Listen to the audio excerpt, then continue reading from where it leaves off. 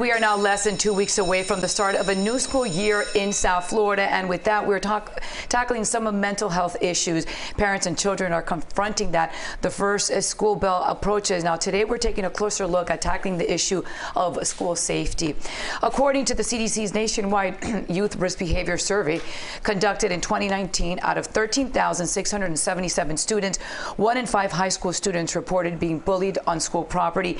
8% had a physical fight. More than 7% had been threatened or injured with a weapon, and almost 9% had not gone to school at least one day because they did not feel safe.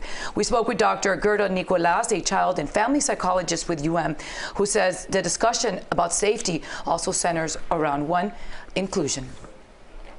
The conversations around anxiety, around safety may be very different. For example, like, a parent might be really talking with them more around how do you deal with, gun issues in schools or violence in the school system, right? And, how do you deal with issues of racism, and how do you deal with when it feels like somebody's not treating you well because of who you are, because of your background or your language or your accent, right, and so forth. There may be those conversations that parents are engaging with their kids around, which is less so for other parents who may not necessarily have the privilege of not engaging in conversations relating to gun issues, relating to racism issues, relating to, immigration status issues, and so forth and so on.